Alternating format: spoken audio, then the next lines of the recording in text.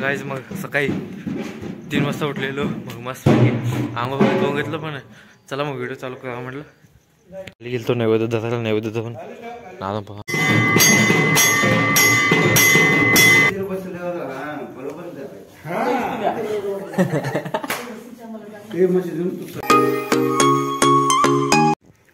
हे गाईज मग good morning, welcome to my new blog. मग मी कुठं आहे तुम्हाला माहीत आहे का? नाही, तुम्हाला माहीत नाही का? माहीत आहे, काल आम्ही मुक्कामाला आलो होतो आमच्या म्हणजे कुलदैवताला. इकडं विटेला, तालुका पंढरपूरमध्ये विटेग म्हणून गाव आहे, तिथं आमचे कुलदैवत आहेत. मग दर्शनाला आलो आहे माझं. मग दर्शनाला आलो आहे. आज अमावस्या, काल मुक्कामला आलतो आणि आता निघायचं आहे. काल बनवला होता पण नीट काही छान झालं नाही, म्हणून ते मी टाकणार नाही. काय संध्याकाळ काय 5 वाजता चालू केलं, 9 वाजता एंड केलेलं. मग ते नीट न झाल्यामुळे बनवलं म्हणजे अपलोड करत नाही मी. आणि आत्ता सकाळी चालू केलं आहे. किती पहाटे 3 वाजता उठलो आहे सगळ्यांसोबत. म्हणजे 3 वाजता म्हणजे पूजेची तयारी चालू होती नाही तर. मग 3 वाजता उठून मग सगळेजण इथं आंघोळाला पाणी तापत होते. मग तिथे जाऊन बसलो. मग नंतर आंघोळ केलो. आंघोळ केल्यानंतर मग नैवेद्य ठेवलं त्या चुलीवर नैवेद्य धरून.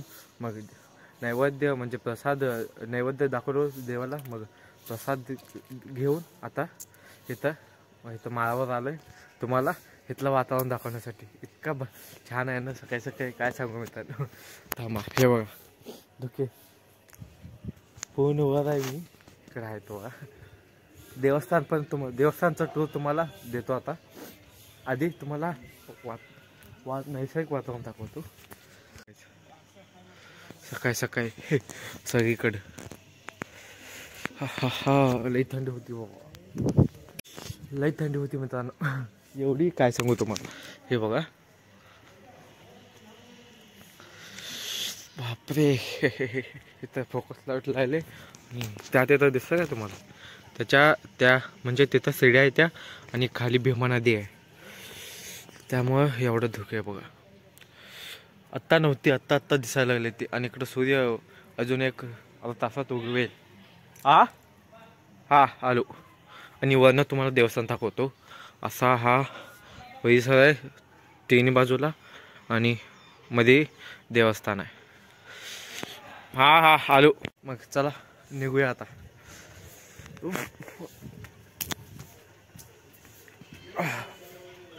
लई थंडी होती आता. हा पुढचा परिसर आहे. ह्या साईडला कट्ट्या आहेत, आणि हे एंट्रन्स दरवाजा आहे. चला आता मला दाखवतो.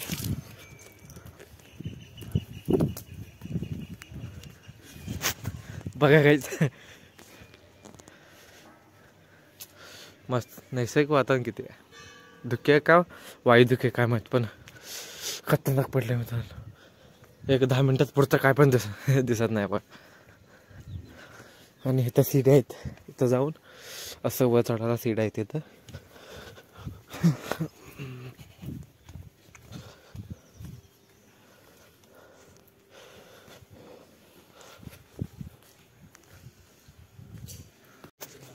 चला आम्ही चाललो.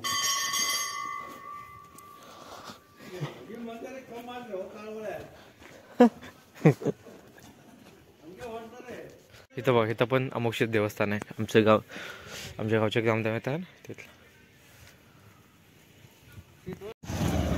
हा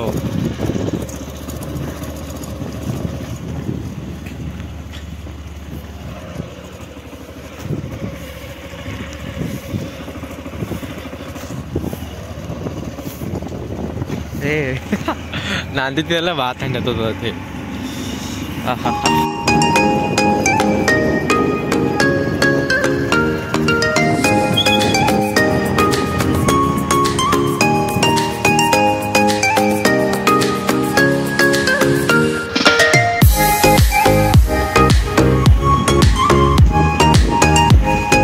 गाईज मग निघालो येतो.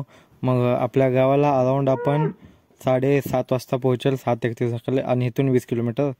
चला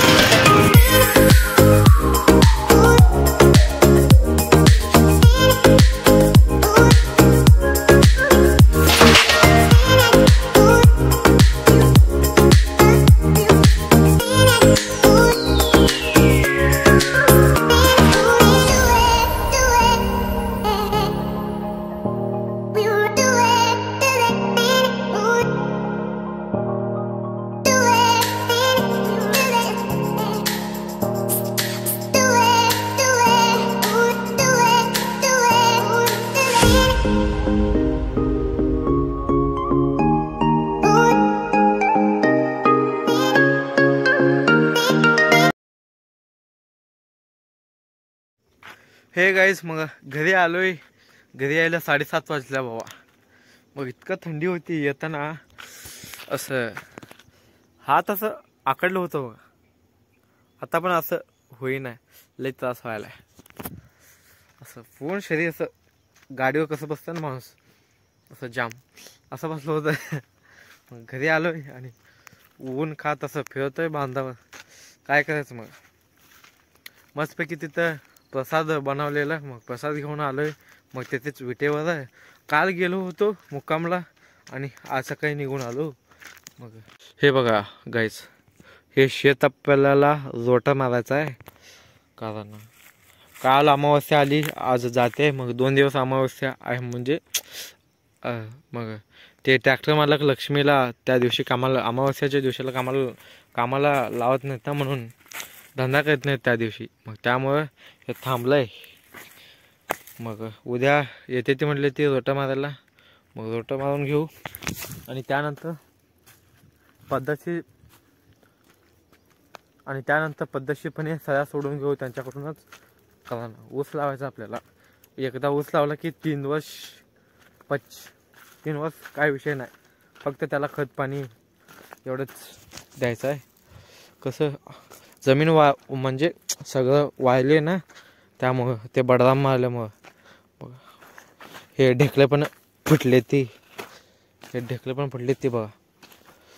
आता पडली ती 2 फूट सगळ्या पडल्या आता बघा. असं पण आडव्या आम्हाला अशा उभ्या सोडायच्या आहेत. उभ्या आणि ते गाजरगवत आहे का, ते गाजरगवत त्याच्यात डबल करायचं तिथं. कारण आपल्या घरात 2 न्यू मेंबर वाढले ती. मग